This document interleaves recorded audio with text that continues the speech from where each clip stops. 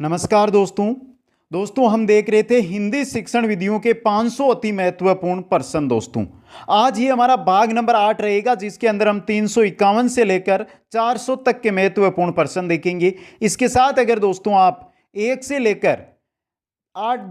लेकर 7 तक के पार्ट है, भाग है, वो देखना चाहते हैं तो प्ले लिस्ट बनी हुई है दोस्तों, हिंदी शिक्षण विधियां 500 प्रश्न, वहां पर जाकर देख सकते हैं। इसके साथ दोस्तों अगर आप इनकी पीडीएफ चाहते हैं तो दोस्तों एप्लीकेशन के अंदर आपको वहां पर ऑप्शन मिल जाएगा हिंदी का, वहां पर जाकर आप इनकी जो पीडीएफ है वो डाउनलोड कर सकते हैं दोस्तों। तो आप एप्लीकेशन अगर डाउनलोड करना चाहते हैं तो प्ले स्टोर पर जाइए या डिस्क्रिप्शन में लिंक मिल जाएगी, तो वहां से सभी साथी एप्लीकेशन जरूर डाउनलोड कर ले। दोस्तों चलते हैं दोस्तों हिंदी शिक्षण विधियों के 500 प्रश्नों की ओर। पहला क्वेश्चन आपकी स्क्रीन पर है। जिन साथियों ने अभी तक चैनल को सब्सक्राइब नहीं किया है, चैनल को सब्सक्राइब करें और एक बार सभी मित्र वीडियो को लाइक और शेयर जरूर कर दें। 351 नंबर क्वेश्चन, कौन सी विधि प्राचीन काल में प्रचलित रही? शब्द प्रधान विधि, भाषा मंत्र विधि, प्रश्नोत्तर विधि, मॉन्टेसरी विधि। कौन सी विधि है जो प्राचीन काल के अंदर प्रचलित रही थी दोस्तों? प्रश्नोत्तर विधि। 3 नंबर ऑप्शन आपका यहां पे क्या रहेगा? सही रहेगा। नेक्स्ट क्वेश्चन में चलते हैं। 15 अगस्त को लेख बताकर 26 जनवरी पर लिखवाना किस विधि से संबंधित है? आपको बताया तो यह गया कि आपको 15 अगस्त पर लेख लिखवाया जाएगा, लेकिन लिखवा किसका लिया? 26 जनवरी का। तो यह कौन सी विधि से संबंधित है दोस्तों? शब्द प्रधान विधि से, भाषा मंत्र विधि से, प्रश्नोत्तर विधि से या अनुकरण विधि से? अनुकरण विधि से संबंधित है दोस्तों। 4 नंबर ऑप्शन आपका सही रहेगा। नेक्स्ट क्वेश्चन में चलते हैं। एक शिक्षक बालक को चित्र दिखाकर प्रश्न पूछकर कहानी को पढ़ रहा है। चित्र दिखाकर प्रश्न पूछते हुए वो क्या कर रहा है? कहानी को पढ़ रहा है। यह शिक्षक रचना शिक्षण की किस विधि से पढ़ा रहा है दोस्तों? अनुकरण विधि से, उद्बोधन विधि से, भाषा लेख विधि से या मॉन्टेसरी विधि से? किस विधि से पढ़ा रहा है मित्रों? उद्बोधन विधि से। 2 नंबर और इंपॉर्टेंट क्वेश्चन मित्रों ये। नेक्स्ट क्वेश्चन में चलते हैं। क्वेश्चन नंबर 354, अध्यापन करते समय एक शिक्षक को शिक्षण का संबंध निम्न में से किसके साथ करना चाहिए ताकि बच्चे सरलता पूर्वक सीख सके? कथाओं कहानियों के साथ, पशु पक्षियों के साथ, खेल खिलौनों के साथ या उपरोक्त सभी के साथ? शिक्षक अध्यापन का कार्य करवा रहा है, शिक्षण कार्य करवा रहा है, उस समय शिक्षण का जो संबंध है किसके साथ करेगा दोस्तों? तीनों के साथ। कथाओं या कहानियों के साथ भी करेगा, पशु पक्षियों के साथ भी करेगा और खेल खिलौनों के साथ भी करेगा। 4 नंबर ऑप्शन उपरोक्त सभी आपका यहां पे सही रहेगा। नेक्स्ट क्वेश्चन में चलते हैं। शिक्षक का प्रथम उद्देश्य है कि भाषा शिक्षण का केंद्र हो। कौन हो? बालक, अभिभावक, समाज या विद्यालय? यह तो बहुत सिंपल क्वेश्चन है दोस्तों। शिक्षक का प्रथम उद्देश्य यह होना चाहिए कि जो भाषा शिक्षण है उसका केंद्र कौन होना चाहिए? बालक होना चाहिए दोस्तों। 1 नंबर ऑप्शन सही रहेगा। नेक्स्ट क्वेश्चन में चलते हैं। कौन सी विधि प्रबोधन विधि से मिलती जुलती है? प्रबोधन विधि से मिलती जुलती कौन सी विधि है? मंत्रणा विधि, उद्बोधन विधि, प्रवचन विधि, उपरोक्त सभी? कौन सी विधि है दोस्तों मंत्रणा विधि से मिलती जुलती? प्रबोधन विधि से मंत्रणा विधि है जो मिलती जुलती है। नेक्स्ट क्वेश्चन में चलते हैं। क्वेश्चन नंबर 357, एक अध्यापक छात्रों को पुस्तकें प्रदान कर देता है और अपने आप में निबंध लिखने को कहता है और बीच बीच में वह उनको मार्गदर्शन प्रदान कर रहा है। किस विधि के अंतर्गत ऐसा कार्य किया जाता है? पुस्तकें सर्वप्रथम दी जाती है, फिर उससे निबंध लिखवाया जाता है और बीच बीच के अंदर क्या किया जाता है मित्रों? मार्गदर्शन प्रदान। तो मंत्रणा विधि होगी, उद्बोधन विधि होगी, प्रवचन विधि होगी या उपरोक्त सभी विधियां होगी दोस्तों। सही रहेगा आपका यहां पे ऑप्शन नंबर 1 मंत्रणा विधि। 1 नंबर ऑप्शन सही रहेगा। नेक्स्ट क्वेश्चन में चलते हैं। एक अध्यापक अपना व्याख्यान समाप्त कर विद्यार्थियों को रचना कार्य करने को कहता है। किस विधि के अंतर्गत आता है? व्याख्यान समाप्त होने के बाद विद्यार्थियों को रचना कार्य को कहना कौन सी विधि है दोस्तों? मंत्रणा विधि है, प्रवचन विधि है, उद्बोधन विधि है या कोई नहीं है? जैसे ही व्याख्यान समाप्त कर दिया है तो विद्यार्थियों को रचना कार्य करने को कहना कौन सी विधि रहेगी? प्रवचन विधि रहेगी दोस्तों। नेक्स्ट में चलते हैं दोस्तों। उद्बोधन, प्रबोधन और प्रश्नोत्तर आदि कई विधियों का मिश्रित रूप। रूपरेखा विधि है, प्रश्नोत्तर विधि है, प्रवचन विधि है, उपरोक्त सभी विधियां हैं। कौन सी विधि है दोस्तों? उद्बोधन, प्रबोधन और प्रश्नोत्तर आदि कई विधियों का मिश्रित रूप। कौन सी विधि होती है दोस्तों? रूपरेखा विधि। एक नंबर ऑप्शन आपका यहां पे सही रहेगा। नेक्स्ट क्वेश्चन में चलते हैं। नेक्स्ट क्वेश्चन है दोस्तों, सूत्र विधि के नाम से किस विधि को जाना जाता है? उद्बोधन विधि को, प्रबोधन विधि को, प्रवचन विधि को या रूपरेखा विधि को? सूत्र विधि के रूप से रूपरेखा विधि को सूत्र विधि के नाम से भी जाना जाता है दोस्तों। इंपॉर्टेंट क्वेश्चन है मित्रों ये। नेक्स्ट क्वेश्चन की ओर चलते हैं मित्रों। निम्न में से क्या भाषा शिक्षण में सिखाने की एक विशेषता नहीं है? भाषा के ज्ञान में विकास करता है, भाषा शिक्षण हेतु सुलभ वातावरण तैयार करता है, भाषा शिक्षण के अंतर्गत असक्रिय रहता है, उपरोक्त सभी। पूछा क्या है? भाषा शिक्षण में सिखाने की एक विशेषता, भाषा शिक्षण के अंतर्गत असक्रिय रहता है। 3 नंबर ऑप्शन सही रहेगा। नेक्स्ट में चलते हैं मित्रों। जब बच्चा किसी सीखी हुई बात का प्रयोग करता है तो यह प्रक्रिया कहलाती है प्रेरणा, अधिगम, शिक्षण या अधिग्रहण। क्या कहलाती है दोस्तों यह प्रक्रिया? अधिग्रहण। सीखी हुई बात का प्रयोग करना अधिग्रहण कहलाती है दोस्तों। नेक्स्ट क्वेश्चन में चलते हैं। सीखने के संबंध में प्रतिक्रिया सिद्धांत का प्रतिपादन किया था थोरनडाइक ने, स्किनर ने, पावलोव ने या कोहलर ने? किसने किया था दोस्तों? पावलोव ने। ऑप्शन 3 आपका सही रहेगा। नेक्स्ट क्वेश्चन में चलते हैं। लिखना सिखाने से पूर्व बालकों को चित्रकला सिखाना चाहिए क्योंकि अक्सर भी चित्र ही है। इस मत का समर्थन किया था महात्मा गांधी ने, अरविंद घोष ने, विवेकानंद ने, विनोबा भावे ने? किसने किया था कि लिखना सिखाने से पूर्व बालकों को चित्रकला सिखाना चाहिए क्योंकि जो अक्षर होते हैं वो भी क्या होते हैं? चित्र होते हैं। ऐसा महात्मा गांधी ने कहा था। नेक्स्ट क्वेश्चन में चलते हैं दोस्तों। हर्बर्ट उपागम के पद हैं 3, 5, 8 या 9? हर्बर्ट पंचपदीय, तो हर्बर्ट के अंदर कितने उपागम के पद है दोस्तों? 5 पद है दोस्तों। नेक्स्ट क्वेश्चन में चलते हैं। शिक्षण में इकाई का संप्रत्यय किसकी देन है? इकाई का संप्रत्यय है यह किसकी देन है दोस्तों? ब्लूम की, जॉन डीवी की, मॉरिसन की या हर्बर्ट की? किसकी देन है मित्रों? मॉरिसन की। 3 नंबर ऑप्शन आपका सही रहेगा। नेक्स्ट क्वेश्चन में चलते हैं। भाषाई कौशल का लिखित अभिव्यक्त रूप है। भाषाई कौशल का लिखित अभिव्यक्त रूप कौन सा है दोस्तों? सुनना, पढ़ना, उच्चरित या लिखना? लिखित अभिव्यक्त रूप, तो लिखित अभिव्यक्त रूप लिखना हो जाएगा ना दोस्तों। 4 नंबर ऑप्शन सही रहेगा। नेक्स्ट क्वेश्चन में चलते हैं। ड का उच्चारण स्थान है कंठ है, तालु है, मुर्दा? यहां पे मुर्दा है दोस्तों। मुर्दा है या दंत है? डे का उच्चारण स्थान आपको यहां पे पूछा गया है तो डे का उच्चारण स्थान मुर्दा ही होती है दोस्तों। ऑप्शन 3 आपका यहां पे सही रहेगा। नेक्स्ट क्वेश्चन में चलते हैं। पाठ्य पुस्तक का अध्ययनात्मक पक्ष है पुस्तक का आकार प्रकार, मुख पृष्ठ, जिद, जल्द या प्राक कथन?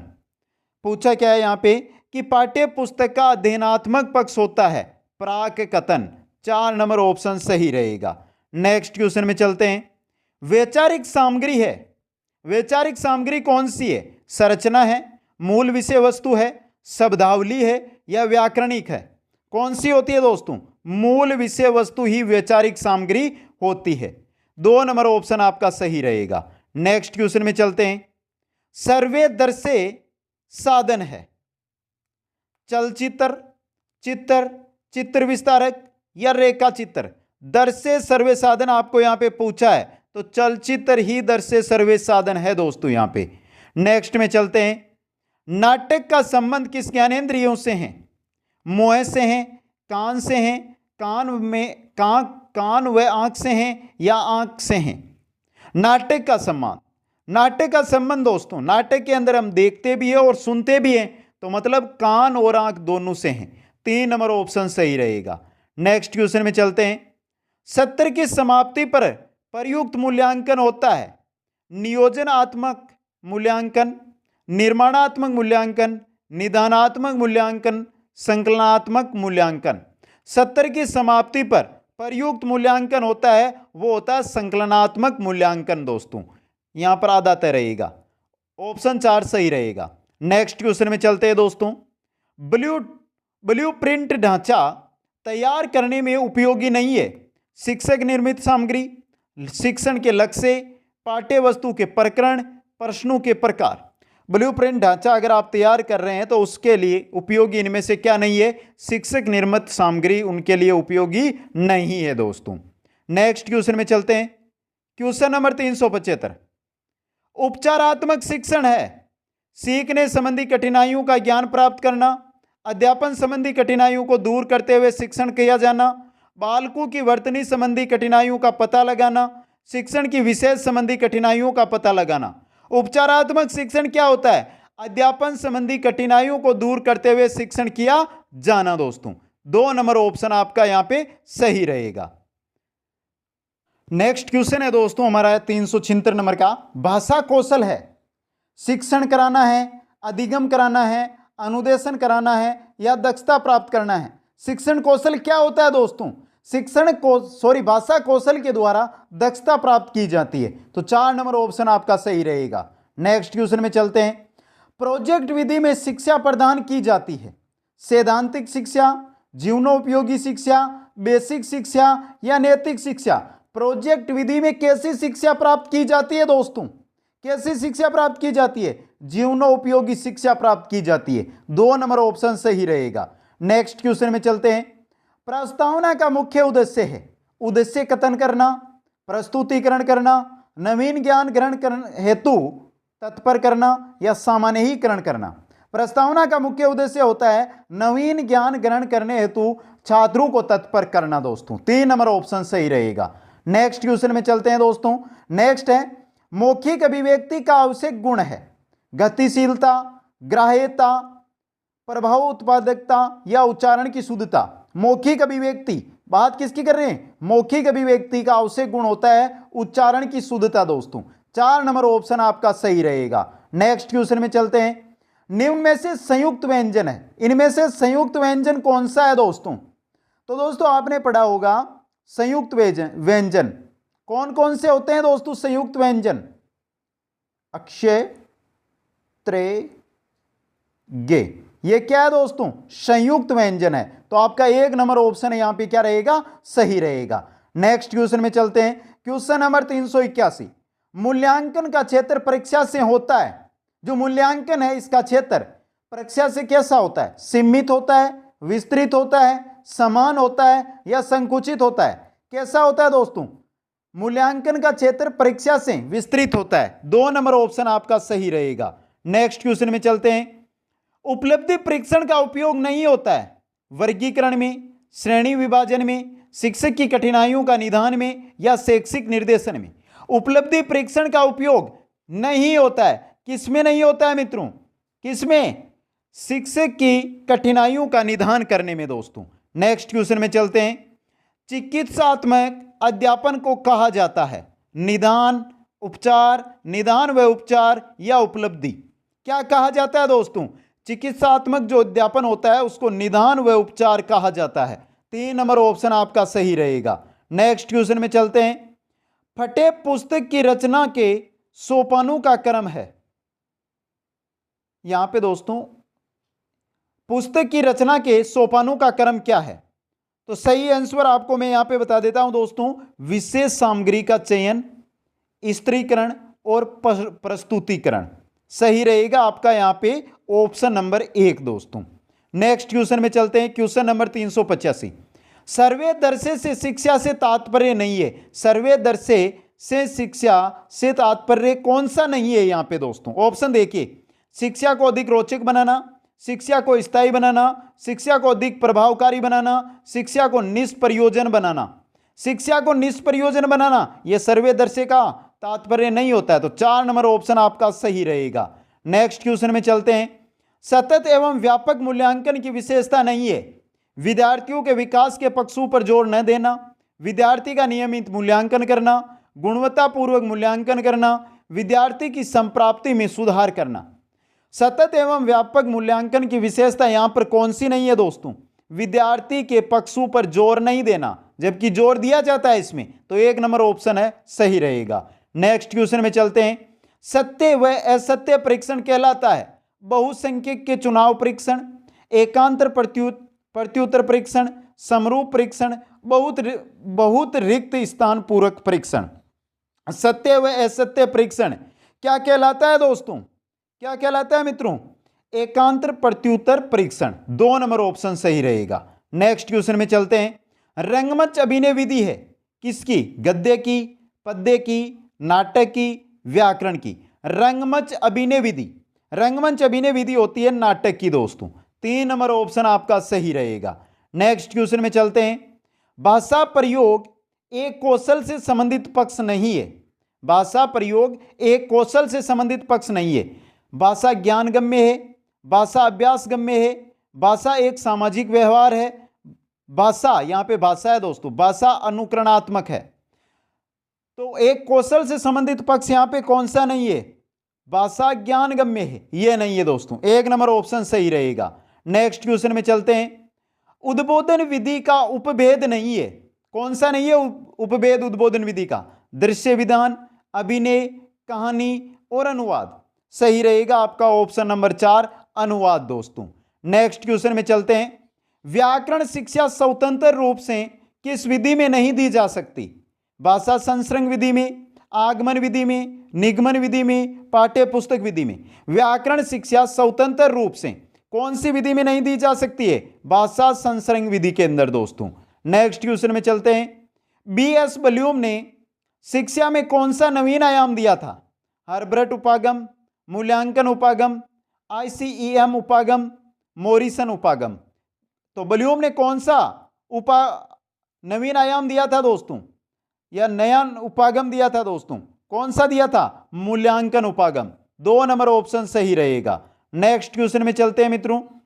विश्लेषणात्मक विधि में प्रयोग होता है शब्द से वर्ण, वर्ण से शब्द, शब्द से वाक्य, वाक्य से पैराग्राफ। विश्लेषणात्मक विधि की यहां पर बात की जा रही है, तो दोस्तों बड़े से छोटे की ओर, शब्द से वर्ण की ओर। 1 नंबर ऑप्शन सही रहेगा।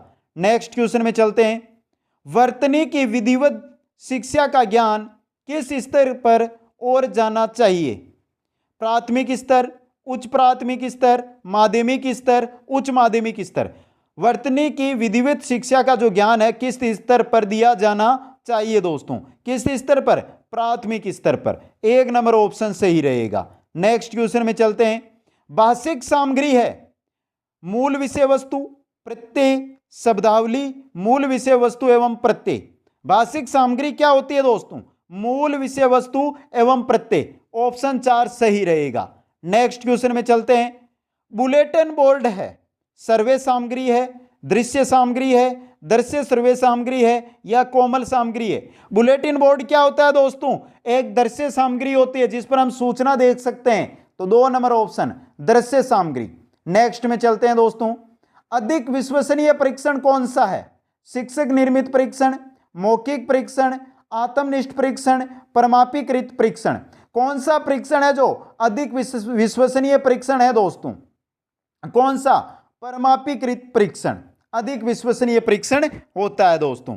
नेक्स्ट क्वेश्चन की ओर चलते हैं। CCE में व्यापकता का आज से निम्नांकित में से नहीं है। विषयों की व्यापकता, उपकरणों की व्यापकता, दायरे की व्यापकता, प्रश्नों की व्यापकता? किससे मतलब नहीं है? प्रश्नों की व्यापकता से। 4 नंबर ऑप्शन सही रहेगा। नेक्स्ट क्वेश्चन में चलते हैं।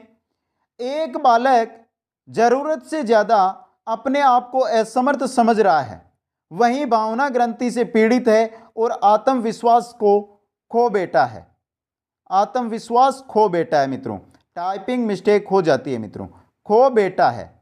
एक शिक्षक के नाते आप उसका उपचार करेंगे सहानुभूतिपूर्ण व्यवहार, दंड देकर, परिवार को सूचना देकर, मित्रों के साथ घूमने की प्रेरणा देकर।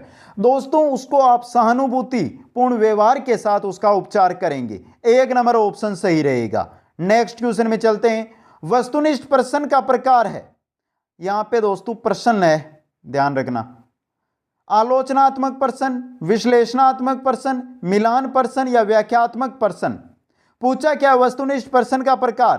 तो मिलान वाले प्रश्न है वो वस्तुनिष्ठ प्रश्न के प्रकार के प्रश्न होते हैं दोस्तों। तो दोस्तों आज की क्लास में हमने 50% हिंदी शिक्षण विधियों के देखे, कैसे लगे कमेंट करके बताएं। और अगर इनकी पीडीएफ चाहिए तो सभी साथी कुचामन ऑनलाइन क्लासेज ऐप को अभी डाउनलोड कर लें दोस्तों। वहां पर इसकी पीडीएफ साथ में सभी सब्जेक्ट के वहां पर नोट्स आपको मिल जाएंगे दोस्तों। आप सभी को बहुत बहुत धन्यवाद। जय हिंद, जय भारत।